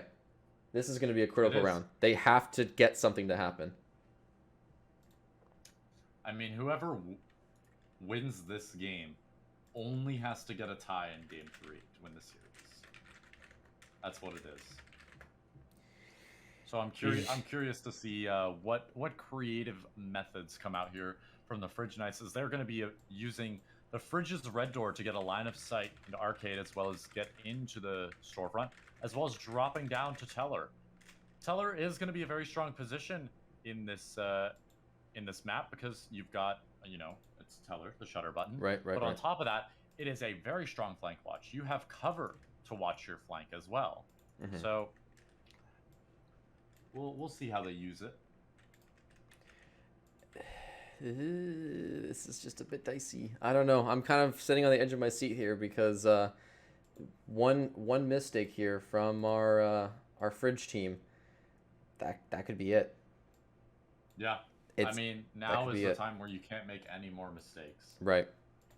We are now playing a legitimate rivals match, and the Fridge Knights are not showing up. And again, remember how we talked about the momentum. As soon as the TGDD got their fifth, this momentum that they are keeping and running with, this is a runaway train in favor of TGDD. And we're going to have a Skylights push into storefront. We do have two prepping for the Fridges, which is nice to see, but Jet's ready. There we go, double pop. Raw's going to back off and completely give up Tellers. Oh, okay, grenade doesn't really catch many. Tetra sitting there with the auto shotty. He's hoping Rumble comes through that door. But I like to play the two defenders in storage. They have completely backed off. No desire or interest whatsoever based off of the guns they have. Not too keen on anything too crazy. Survivor dude goes in. Tetra's trying to play with Rumble. Rumble goes in. He catches Tetra, though. That was impressive. And we've got at least one in freezer. Jet comes in. Shotguns. Nakaru doesn't do anything with that shotgun, frankly. Rorix cleans them. Oh, boy. Red with a long shotgun shot. Oh. One-on-one? Wow, the dust has settled. Rorix does he know where Med is? Oh, good molly to create some space. Appreciate that. Rorix, okay, he sees him. He knows where he is. Med knows where he is now. He's going to peek in. He's got to touch the bomb just to bait him in. And he's going to start forcing it. One-on-one shotgun versus AP-25. Shotgun's getting close. Oh, this is uncomfortable. Med's going to try and make magic happen. Med again makes the magic happen. Oh, my God. Med with the triple at the end. Someone Throw some salt at him. He's too hydrated. How many kills do you think Meta's gonna have by the end Oh, of this game? too many. Too many. The man's hot. The man's so hot. I'm saying he's gonna break 20. He's Yes. going to break 20. He's There's gonna. no way he doesn't. He's gonna pierce the heavens and break the 20. I honestly, at this point, I don't even think it's so much that the Gnome Defenders got their 5th. I think Med is just so hot right now. Nothing can beat him. Yeah, that's fair. I mean, That is fair. it's. I don't know what we'd have to. I would be curious to see what the kills on the rest of the team are. But frankly, it's a one-man army, and the guy's name is Med. Well, I mean, good. What is a med? Med. Add a new Webster dictionary definition. Med. A top-tier due process player in DPL Rivals who has broken 20 kills several times. Sometimes to save a life, you have to take a life, Adaxi. Just saying. Big brain. Taps forehead. You're Why? All right. Why do I? Delarus Arrow. We got a big old jungle match. We've talked about this last time. Deadlius. Delius. Deadly. Baba Booey. Anyways, big jungle option. Tons of rotation space. We do have the auto shotties going to be sitting in castle potentially. We have the Saber, as this is, we have swapped teams, so now the Gnome Defenders on the attacking side. This should be their bread and butter, as we've mentioned. It's literally in their name, so it'd be kind of awkward if they don't take this map, or this round, excuse me. Defenders, so we've got the auto shotty sitting castle, Mop sitting jungle. I want to point out, this is round 1 for our defending team, and they are going to have both power weapons out on the first round. Yeah, so if they need a win. This is an all-in. They don't win this round, there's no way. There's no way. Yeah. I mean, it's understandable. It's 6-3, so they kind of need to make something happen here. But all right, here we go. Barbed wire, they got the Puffy with the Igmar, Warwick's with the Igmar, Maka with the Legros. So tons of power on this defending side. We do have Nakaru with the Saber. Gunshots in favor of Nak. Ooh. That's something you don't want to see No. in this round. But that's kind of what we... Well, that's not good. His only option is really to pick up the mop, excuse me, and just go for it. But Maka gonna try to get through, but yeah, he's gonna have to kind of use some Molotov to buy some more time. He just needs to get... Yeah, he's literally gonna pick up that mop and try and carry the burden. Rumble... Okay. Puffy, first one to get some kills. Nakaru trying to get the Saber rounds to connect with Rumble. And Tetra with the AP-25 has forced Puffy and Warwick's with their Igmars back. Rumble in the corner. Suppressing fire from Jet gets more damage onto Puffy. Yeah. We got a little... The momentum is slowed down. Oh, Rumble, the Lord jeez. Rumble. You got enough flashbangs for the man. He catches one. He's able to catch one and back off. That's a big deal. Especially... Oh my... Huge. He's going for more. God. But Maka... Team supports him. Rumble going... And there's one man left. Auto shot. He goes burr. They keep it. They all in. And they keep both power weapons. And, I mean, if... I don't know if Rorik's... Yep, they got it. They got the Saber. I mean, they're going to give up the auto shotty. Auto for the Saber. Well, hang on. Kid. Oh, no. Rorik's isn't going to make there in time. Yeah, there's no way. Okay. I mean... Well, oh no, hang on. He gave up the Saber for the auto shotty. Did you see that at the very last second? Yeah. I mean, I'd rather not give that chance for the attackers to recover the Saber, you know? True. And if, you die, they can pick it up and just go save their second clacker next round. Very true. Well, we should be... I think we're moving into Factory, I believe. Memory serves? Yes. I believe so. Okay. C-Store will be the final map. Yes, and on this map, we had a lot of range. They might just be placing their auto shotty into storage, as we'd mentioned in the last round, or in the first one. We had TGDD defending. But all right, so Adaxi analysis. Tell me how are we looking right now? Because we've seen an all-in now from TFK, and they did win it. It was a little bit kind of chaotic, but they did make the magic happen. Well, I mean, they brought everything. Yeah. They kept everything. Yeah. So I mean, might as well bring everything again. Just to keep doubling down. Yeah, I mean, you've got nothing else to do here. You might as well bring everything you've got every round. Very true. I mean, match point. If you could tie this game and then win the next, there you go. You've got the series. Yeah. This is getting spicy. This is getting extremely spicy. I appreciate the barbed wire getting Yes. placed out there for the defense. That's going to be really critical to slow down the rotate. That's going to be really critical. 10 out of 0. Yep, 10 out of 0 rating. It's undefined. It's an undefined rating. Hang on a second. Are we gonna have maybe a spawn peak? No, I think what they're going to do is they're going to either flogo barb it or they're going to kick and barb after they come out of the truck, which is very risky considering this truck is less than 3 seconds away from that. They would have to have two guys, one to open the door and then another to immediately throw down that barbed wire. No, you don't need to. You just need to kick and barb at the same time. Okay. Yep, there you go. He's gonna kick it in prep phase. There you go. They know. And now they're gonna bring nade instead of a charge. And now they have successfully saved their clacker for the round. They don't even need to wall charge if they don't want to. But it looks like they're still planning to.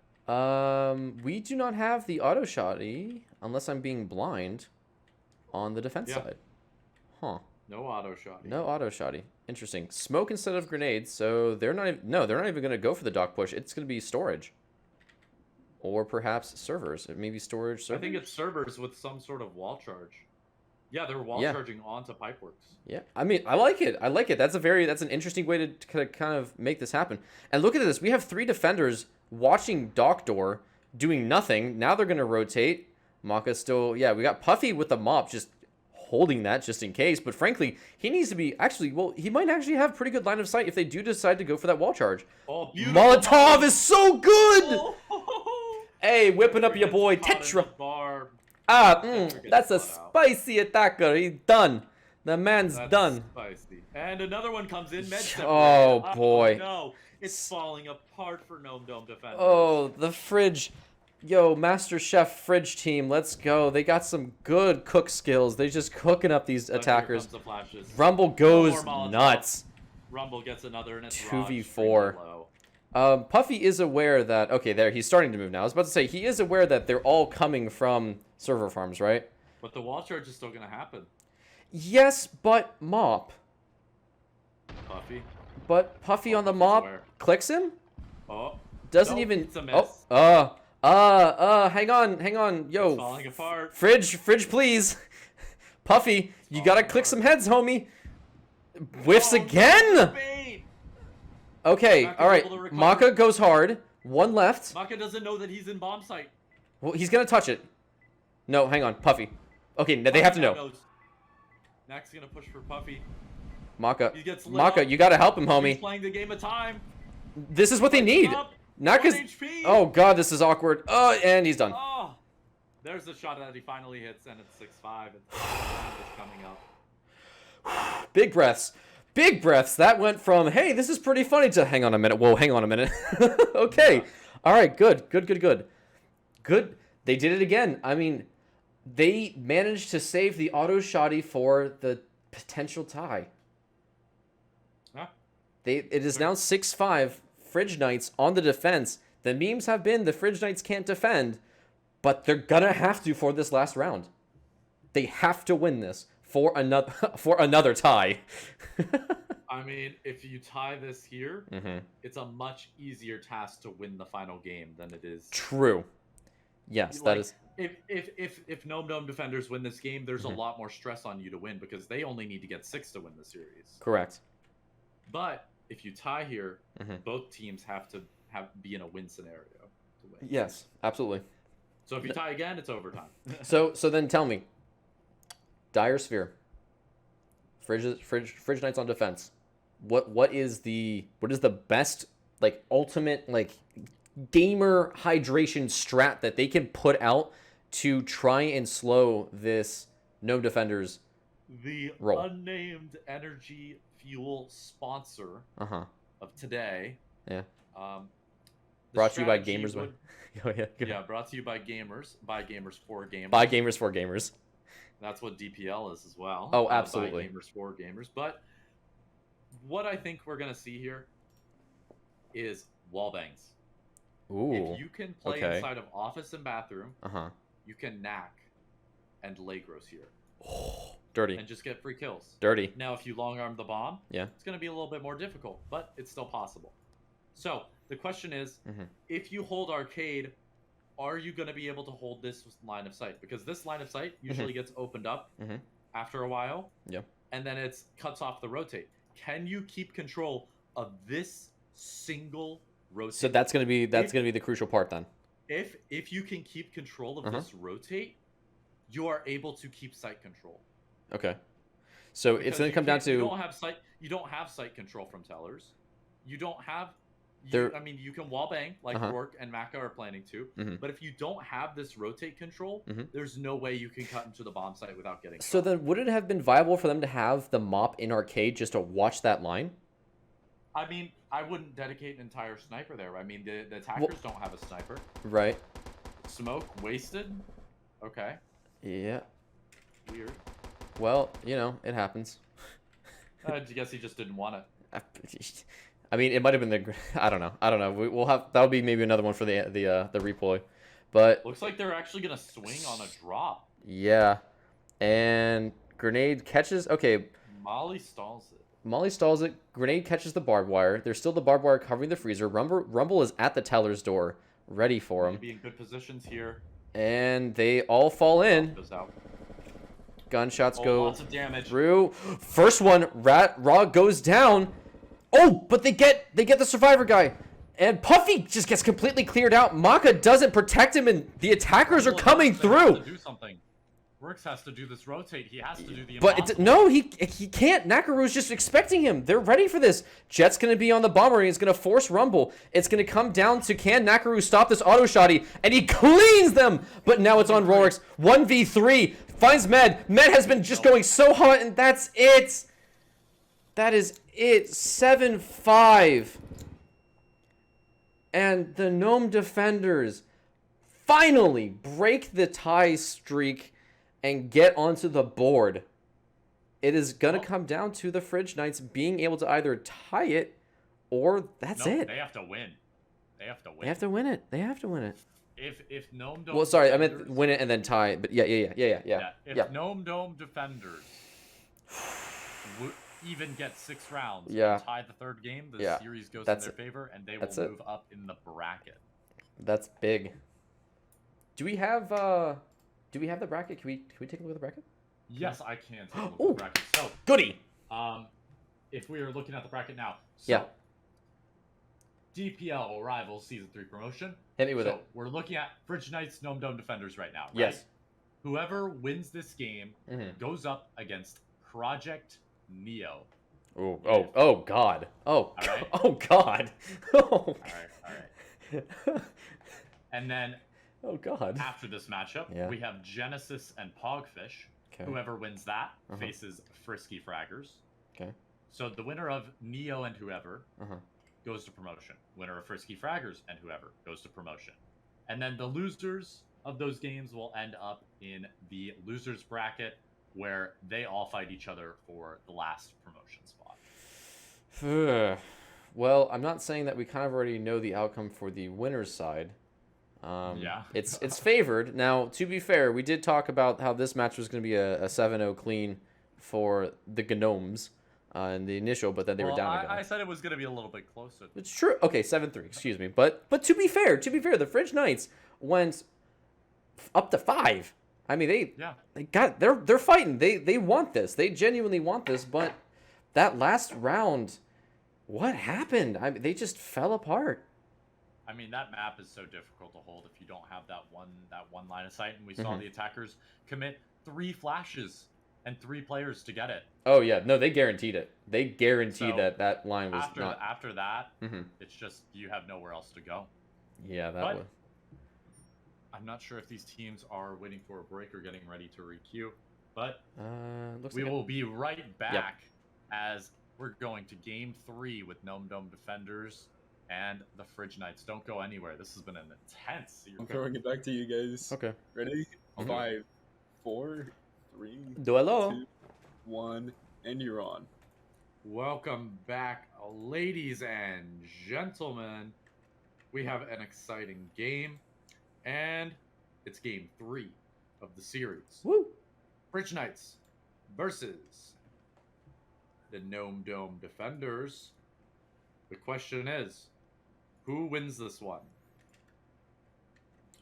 Well, Ghost, I think the comment. obvious we have the favored to wins. You know, the Gnome Dome Defenders are kind of the on paper favorite to wins. However, we can't knock the Fridge Knights out just yet. They were a little bit rough in that second. Once the Gnome Dome Defenders got their fifth, it was a little bit rough.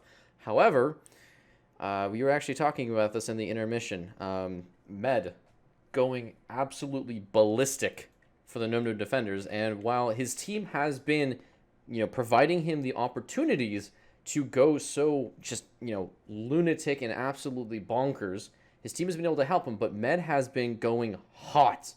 I mean, pro teams, this is the kind of guy you want to look for on your teams. This is the guy that gets things done. He was on gnomes. Well, it He kind was of on helps. gnomes. It kind of helps, you know what I mean?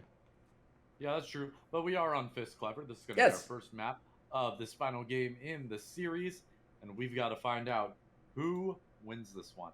Is it going to be, favor the attackers, get Rush. through office as quick as you can, Before. get rid of the barbed wire? Or is it going to be the defenders if we get 1 or 2 good Molotovs coming out to slow down the push? We've been talking about TFK. Mm-hmm. They do really good They when do. they play fast. Yep. And then they play really good when they're able to use their Molotovs effectively. Mm-hmm. And then Gnome Dome Defenders, they're able to play really effectively when they rush really hard. Mm-hmm. But on defense, they just need to play together. So I think this is a case of we're actually watching two extremely. I mean, as you explained that, it kind of came to me. We're watching two very similar play styles in terms of offense, but it comes down to the defense of TFK. Have been we've seen that they're willing to adapt. The Gnome Dome Defenders struggle there. That is their biggest flaw, is at least that we have seen so far, is their inability to adapt to either aggression, slow play. They just go for picks. They want, they want to be the fragger. They want to be the next Med, but there's been some struggle with that. Ooh, There's look at an these identity sneaky boys. crisis. Look at these sneaky boys. Tetra in one corner, Yeah. Knack in another. Ra's going to be behind bomb to support Tetra. Oh, here we go. So they're going to hear the stomps. They might. Hang on. Rorix is going for a storefront, but all of them are stacking up on the office door. So, pretty much as the lines kind of show here. I But, wonder if this door opens and it favors Tetra or it locks him in the corner. well, he's going to back off immediately, so won't have the He chance. has the molly. Yeah, a molly right now would be absolutely wonderful. That is such a great He's molly. in.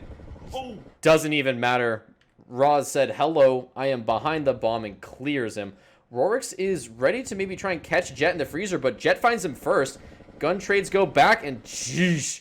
I want to point out, Tetra did die, so the auto shot, he really didn't get a whole lot done. Maka finds Jet, Medit sitting in storage, Ra on bomb, and Nak-Aru going around the world to try and catch him. Maka might hear him. I think he does hear him.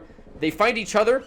That guy does go down. Maka and Nak just going everywhere, but the shotgun finds him, and the attackers fall over, and the Gnome Defenders take the first round. That map is so rough because the bomb is facing storage. Mhm. So if you want to defuse the bomb, you need to not just take site, but you need to make sure they don't aggress out of storage. And that's exactly what Survivor Guy and Works tried to do. But then the aggression, the timing there from Gnome Dome Defenders was just really good. They were able to push out at the perfect frame and catch them off as they were trying to aggress. And there you go. Free Yeah. points. Just a lot of trades. I think the biggest highlight. I like that they were trying to be sneaky a little bit, and I do appreciate that they at least sent one guy Storelight into storefront and then jumped in. But they all kind of sat in office for a hot minute. Really, they kind of just sat there to try and figure out where they wanted to push. I almost felt like once they realized that I think it was Jet or Maka was in between them when the attacker dropped down into storefront. That would have been more or less a free kill. One guy is going to fall on the attacker side, but again, you clear that space and could have taken, a 5v4 instead of a 5v5. And then of course, with the chaos that pushed through is a little bit rough. Yep. And with this map, Sandwich Horn. Yep. Well, I wonder who made this. It's a mystery. Yeah, it's an absolute mystery on who made this one. Hmm. We're going to see a very interesting backstage. I mean, backstage gives you direct access to the bomb site, but it's Right. also kind of a funnel. So as a defender, it's kind of just a safeguard. You need to set that button. Which is how it is. Yeah, and it looks like we're going to just see a kind of standard 3-2. Yep, there we go. 3 into office, 2 into lockers. And they're actually not going to be using any of their breaches, which I kind of like, because it'll give them a little bit more flexibility in the third round here. But well, they did use a breach last round, so it's understandable if they true, want to save this round. True. And considering this green is so massive and extends out so far, I mean, the defenders, based off of previous rounds in this series, are ready for another breach. Yep. And then a clacker save. Because it's what they did on Dome. Yep. It's what they did on a factory. Yep. So they're expecting a clack here. So they're not playing as aggressive. Now, I think if they knew that they were going to go green, they would be playing very aggressive lockers, maybe even a tub interception here to sort of safeguard it. Tetra has the auto shotty, and we actually have I think that's the combat shotgun on Nakaru. We do. Yes, DL12. Yes. So, well, here we go. We got attackers making their way through, and Nakaru is going to let his team know. All right, it's a green push. Office flash. Here we go. Checks. Nakaru says hi. Gets him. Maka not ready for it. Clears 2. Nakaru goes so hard. That was incredible. And now there's only one man left on the attacking side. Puffy's going to say hi to Med, but Med is ready with that gamer water. Tetra's going to try and mosey his way through, but Auto Shotty, frankly, just needs to kind of hang out. I don't think he really needs to go nearly this hard. There's only one guy left on the attack, and Jet finds him. Jet, Puffy, trading back and forth, and it is going to end in Jet's favor. Jeez. Wow. So, Nak, went nuts. Absolutely nuts. That was great play from him. I mean, he would have thought he was Med. Yeah, would have thought he was a Med. Yeah. So, well done. I mean, great moves on his side, and well, I mean, tell me about it, actually. Let's talk about that. I mean, it was literally one guy, one shotgun, and a bunch of bodies fell over. They used 2 flashes to get into that room, right? Yeah, and none of them hit him. Yeah, they didn't. They used 1 flash to get in, and then they reflashed. They didn't throw the flash like super deep behind cover. They just reflashed close to the same spot. So I'm not. It was wasted. It was a lot of wasted utility. Wasted.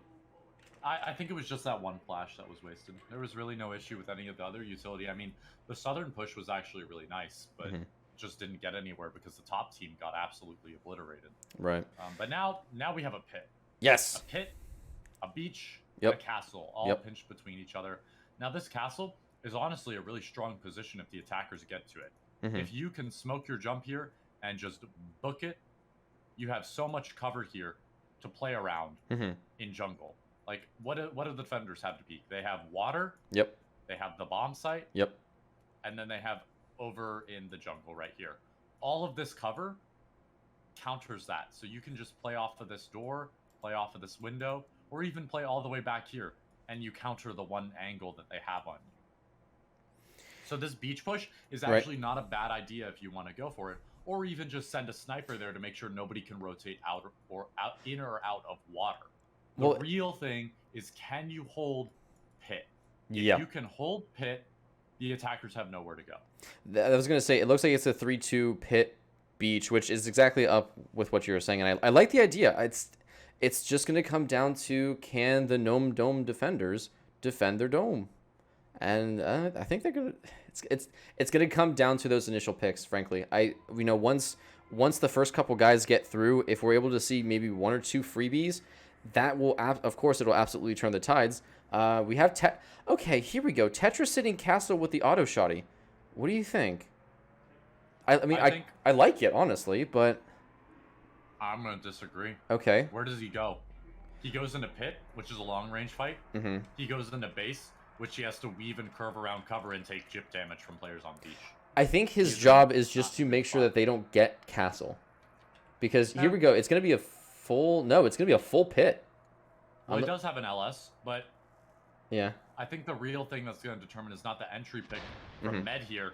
It's really going to be, can the defenders react to a wall charge? They have the mollies for it. But are they prepared for it? Well, it's all pit push. Med setting up. Jet getting ready. Blind fire from Nakaru with the mop. Med gets in. Great molly. Completely breaks up the push here from the attacking team. Rumble with the wall charge. He's going to get himself set up. There we go. Clacker goes clickety-clack. Nope. They're going to slow play it? Yeah, they're going to get themselves set up here. Does Jet see? Okay, there we go. There's the wall breach. Good smoke. Completely blinds it out. Jet's in a good spot, though, to call it. Oh, my God. They just roll into the water. That water's not blue anymore. It's full of attacker blood. As Tetra comes in with the auto shot, he finally falls over from Maka. Puffy, the last man alive again, but it doesn't even matter. Nakaru keeps the mop. Well, gets Jet for his troubles, I guess. That was a 3-0 all the way for the... I think that was just... Go ahead. Sorry. Oh, no, it was just a 3-0 for the Gnome Defenders. Easy. Yeah. I think what really captured that round there was not an entry pick or anything. It was... TFK didn't pay attention to the map. Yeah. They went for that wall charge play, and then they didn't use the map to understand their surroundings. They didn't know that Jet could jump off of that wall. They thought he had to peek the bridge. So he just got 2 free picks because of it, because they didn't study the map properly. They didn't take their time during their planning phase and say, hey, when we come out of the wall charge, what do we need to watch? What next? Yes, exactly. They kind of just opened it up and went through, and then they just expected to get gunfights. But where from? Not where you're expecting. Well, and I think that's exactly what we were talking about with the last on, I think it was map 1, when we were talking about how TGDD basically they would get in, they would get their frags, and it's like, well, now what? And now we're actually kind of seeing that happen to TFK. They have an idea of what they want to do, but then it's like, okay, what now? You're in. You know, they got in initially to that to Kill House. And then they sat there. Now what? They got into pit. Exactly. Now what? And here we go again. Hey, chat. Pogger's in the chat room for your boy Tetra. No Tetra. No Tetra. Anyways. Tetra's been a bad boy. First, a fist cleaver. Fist clever. Reading is hard. Close enough. I mean. Ooh, Pog vibes. Not my problem. We'll see a lot of drawings come out. We got Dad. Ooh. All right. Some chat. Hog vibes. Yeet. I wonder if we're gonna see a grenade yeeted in this map, because you know you got to get past some of the barbed wire here that's gonna be set up in arcade. But you really want to take storage. The biggest issue with this map is you can't wall charge into storage. If you could wall charge into storage, then I think this play would be 10 times better. Because then you get these 2 rooms, right? They can't retake. Sure. They're completely cut off. But you know, alas, object destruction is not currently in the game. Big sad. As we go in now, we will have TGDD going in for the attack. Looks like we're going to have a more or less similar setup. Actually, quite a few of them going onto the skylights here. Going to be trying to drop storefront. Is it a 5-man drop? Yep, it's a 5-man drop. I mean, they're up 3 rounds. Hey, let's go for something a little bit crazy. Picks go up, open up some of fridges, and the defenders have completely abandoned the southern side of the map here. Flashbang goes out. They all fall in. Maka is going to let the defending team know they're all in and they're all storefront, but the survivor guy, first to die, don't even know if he was paying attention. Maka gets Tetra, so he's not done just yet. Gonna say hi to Jet, but he's in a basically 3v1 position and gets completely consumed by the attacking team. Rumble and Rorix trying to figure out where they're gonna go as they run into each other in storage. Puffrex sitting there with the NAC 11, doesn't know where... Are they even talking to each other? He just walks in and gets completely destroyed. Rorix now gonna try and say hi to Med. They're just kind of falling over. Now it's Rumble with the final power option here on the attacking side. Grenade almost murders Jet. And Rumble, first man to get something on the board here from the attackers, or the defenders. He's got to play this smart. He's got to. And auto shotty, he's going to get pincered. No, he doesn't. 1v1, Rumble versus Jet, but Jet gets him. unfortunate. What happened? What happened to this defense? The Fridge Knights are just broken. Two players, the Survivor guy and Puffrex, just existing in the office. I don't think the morale's very high right now. I think there's some mental issue with Fridge Knights. Mm-hmm. There's something. They're done. They're playing like they're done. It might be their consistency is not very good late game. You know, a lot of teams are like they either struggle early game or they struggle late game. I guess Fridge Knights is one of those teams that's now been proven they're struggling late game, and because they had a really close start. I think the energy levels are just low. Yeah, they're whack. They didn't have a new player come in to refresh them like Gnome Dome Defenders did in the series. They kind of just went into it and they were all still the same players. They said, "Oh well, we lost. Let's try to win this one, I guess." But they kind of lost faith. They're playing with the mind block that the reason that the Gnome Dome Defenders are doing well is because they got a 5th. And not the fact that the Fridge Knights were playing phenomenally before, during, and then a little after the TGDD got their 5th. They were doing very well. This just, frankly, it feels like when your friends want to play a round of due process with you, and you're like, all right, I'll just, I'll take the knack. Take the KRU. They're just playing. There's no synergy. I mean, there's clearly no communication. I mean, the fact that both, there were 2 players that died for free, more or less, in office. They both tried to rotate, but they didn't really tell anyone that they were rotating. And then, TGDD just rolled in. I mean, to be fair, Rumble went hot at the end there. He is still fighting for his team. He said, no, auto shotty go Burr, and he took 2. Yeah, exactly. I think that, I don't know, at the end, I think I saw a grenade get thrown and Jet kind of panicked a little bit in the corner. So he shouldn't have been as low as he was, but because he was, it actually was a little bit, it was kind of closer. But again, I don't think that fight would have been nearly as intense had there been a misplacement grenade. Yeah, but with that close of a round at the end, I mean, that shows the true power of the auto shotty. And Gnome Dome Defenders, they've got to be aware of just pushing in now, because while they can get the first few picks, they just keep pushing, and then at that final push, they kind of pushed without utility. Yeah. They didn't push together. They kind of just leaked in one by one. Well, when you're up 4 rounds, why not? Yeah, that's true, but I don't disagree with you. You're creating bad habits for something that's coming up. Like you're playing to get promoted, but you're creating bad habits while you're doing that because you think you're just better. That's no. You absolutely. Give every game your best, and you're meant to play your play style. You do you. And I think that might still be why the Gnome Defenders have players in Rivals. But as we go in, we got 3 in backstage. Rumble finds Raw, and finds Raw. And here we go. Tetra. Maka's going to start sneaking his way into lockers, maybe. He's looking around. The Survivor guy falls over, but they're inside clubs. Puffy, I don't think they're aware of him. Finds none. He's trying, but here comes Jet's going to just dump him. The thought was there, but now it's all on Rumble again. And they're just hunting for him. They're not even going to touch the bomb. They got a minute to burn. They're going to force him to come in. There's the line because Rumble needs to figure out where he's going. And he's working through. Rumble's going to get between 3 different gunshots. And yeah, that was... That's rough. That's rough. I think if he went, instead of wrapping around, I think if he went to the window, he would have gotten 2 there for free. Because look how that is good line of sight. Yeah. And from there, since you picked off the 2 people in club, one's going to be kitchen, one's going to be holding both the doors. They're all stacked over there. I think this map can be kind of summed up by Puffy Rex sitting behind club. The idea is there. He sat there. They didn't know he was there. He pops up, tries to mag dump the first attacker, kind of gets him, but doesn't kill him. And then here comes Jet round the bar with the AP-25, and he goes, fool, and then destroys him. And that's been this round, this series so far. I mean, this isn't playing. This is just a slaughter. Well, guess what?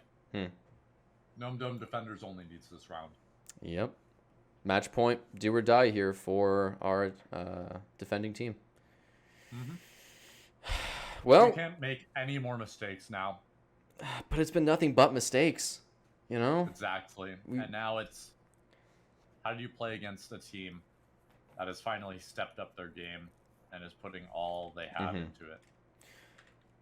Frankly, I mean, it's almost like if they had timeouts that they could call, they need to get up, go take a walk, maybe get some more liquid hydration inside their bodies, consume H2O, you know, get them reset. They just need to reset once. They just need one where they go, okay, like that round with Rumble, that was close. You know, they need to rally on that. It's like, okay, guys, we're getting there. We need to try and just fight for it. But it's just round after round. It's just been toppling and falling over, miscommunication, and Rumble has been the last guy standing just because I think he's listening and he's still giving it his best, but he needs his team to rally with him. Yeah. And that's just not happening. Sometimes, not.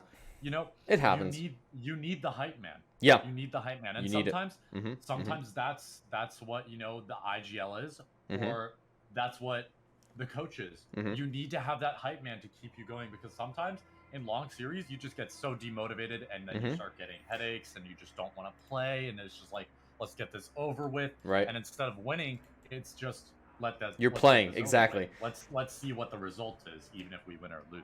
I mean, we've been going for a pretty good while in this cast because we have had to go the distance on this series, but that I think I completely agree. They need something to reset. The Fridge Knights were doing great on their first/second map or round, but okay, well here we go. So we got Rorik's set up for castle. They're gonna hear. They just use 2 charges on it. They just They just use 2 charges on. Yeah. Door. Okay. Yeah. Well, you know what?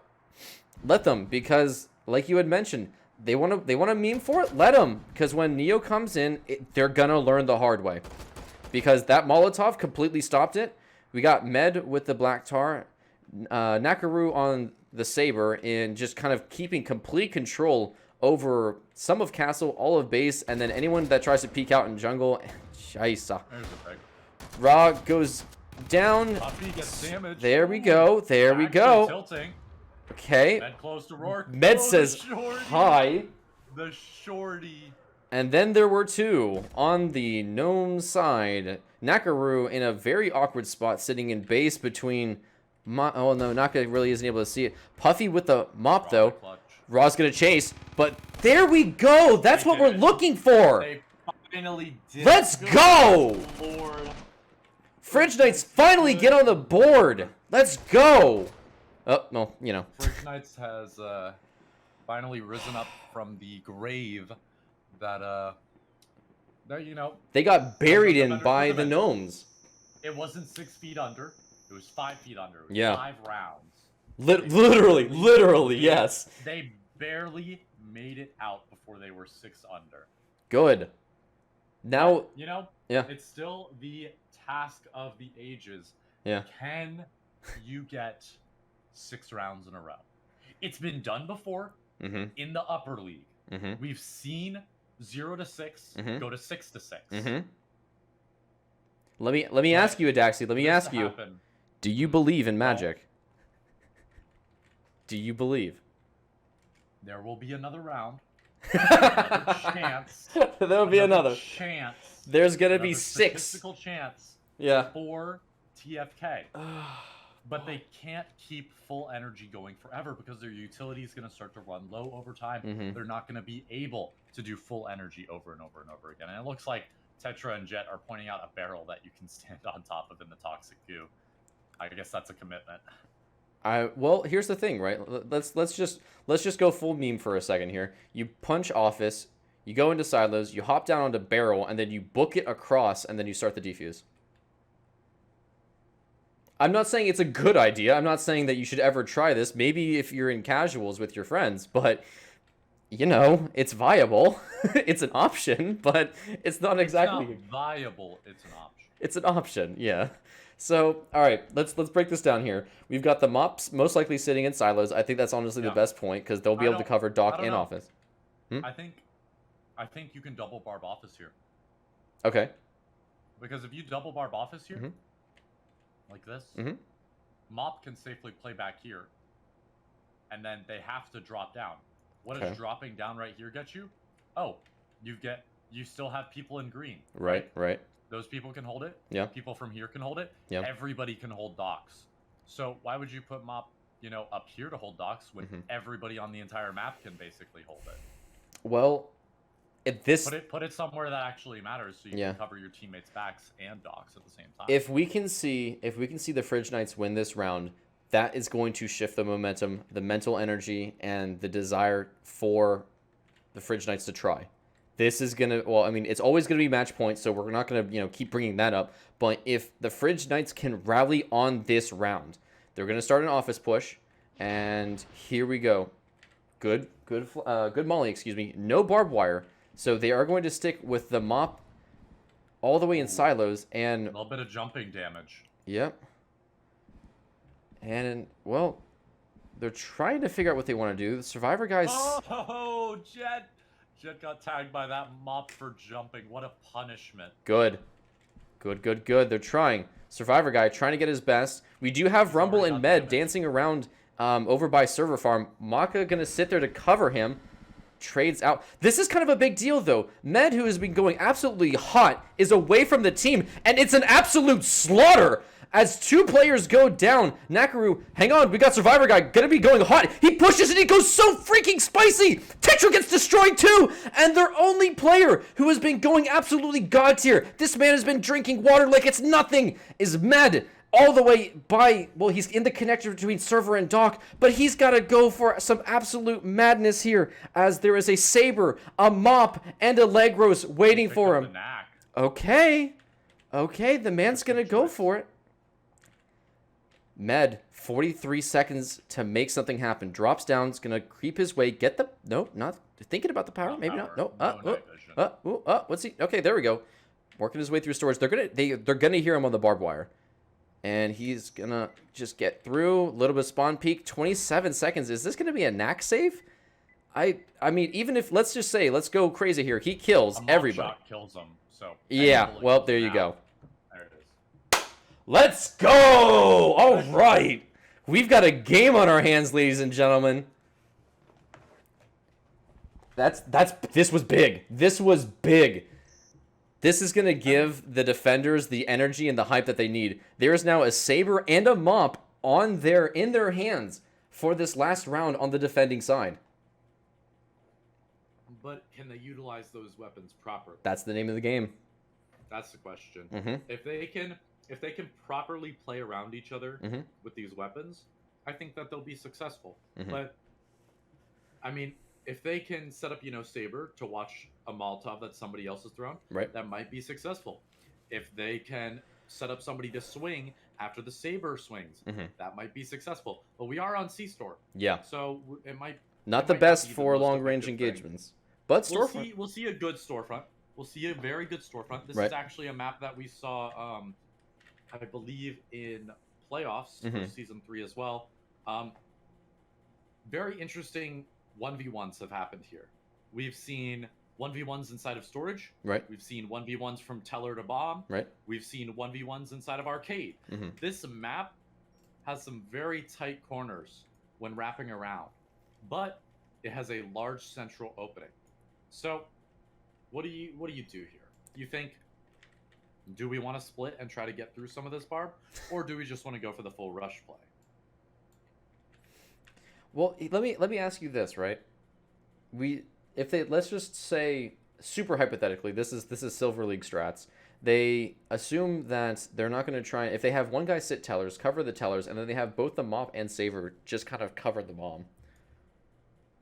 Bad idea, right? I mean, because as long as they get the teller door open, that's going to completely leave them exposed to behind them. But they need to do something unorthodox, I think. They need to do something that's going to catch out TGDD. I think playing in bathroom will really help that, because teller is a good breach. Right. You want to know why? Because you can both get button, but they can't hit power to turn off the button because it's right here. So the only way you can counter that is setting an auto shotty right here, or getting a Legros to wall bang or to door bang as they run past, which is exactly what it seems like Puffy Rex wants to do. He wants to get some free damage. If he times this right, it'll actually be really good. I do want to point out, but all of the power weapons for the defender's side is being held. So they did not take the mop or the saber that they have. So they're banking on taking this round. Huffy's actually playing for the Molotov. He's not going to go for damage. Okay. Well, it slows them down. They're now aware of it at least. Not a good start. Not a good start. But we do have Survivor Guy. Throws the molly, and Rumble's running for his life. Rumble falls. 2 down, 3v5. Literally do or die here as Med is sneaking his way in. Gunfights. There was a trade, but that's not in the defender's favor. Rorix doesn't hear anybody. Oh, God, Maka just gets consumed by the attackers, and it's going to be all on Rorix. Do or die here. To continue the series. All on Rorix. Tetra finds him. Shotguns! And that's it. Oh, and it's over. That's it. Gnome Dome Defenders win the final game of the series. 6-2. 6-2. Beautiful performance from them. And I've got to say it. They have homework to do for Neo. Oh my God, yeah. Lots of homework. I mean, amazing job. They came back. They completely slammed in game 3. But they have homework to do, like all of these other teams. Of course. They've got VOD reviews to see. Yep. They've got team practice to attend. And Twitch TV/Due Process League. yeah, if they keep this up, yep, I think it will. I think it'll turn out. I think it'll turn out in their efforts. I don't think they're necessarily gonna win. Against Neo, but I think they'll do a very good job if they do their homework. All right. But keeping that in mind, Ghost. Yes. We have another game coming up. You know what that is? What's that? Genesis versus Pogfish. And the winner of that game will move on to fight Frisky Fraggers. So with that, we have Gnome Dome Defenders moving on. They're going to be playing Neo, and we'll see which team, Genesis or Pogfish, will move on to fight Frisky. But don't go anywhere because we will be back. And Ghost, thank you for casting. You're welcome, Adaxi. Always a pleasure. All right, you guys are on. Pogger. Okay, it's time to go watch CS:GO. All right, later. Bye.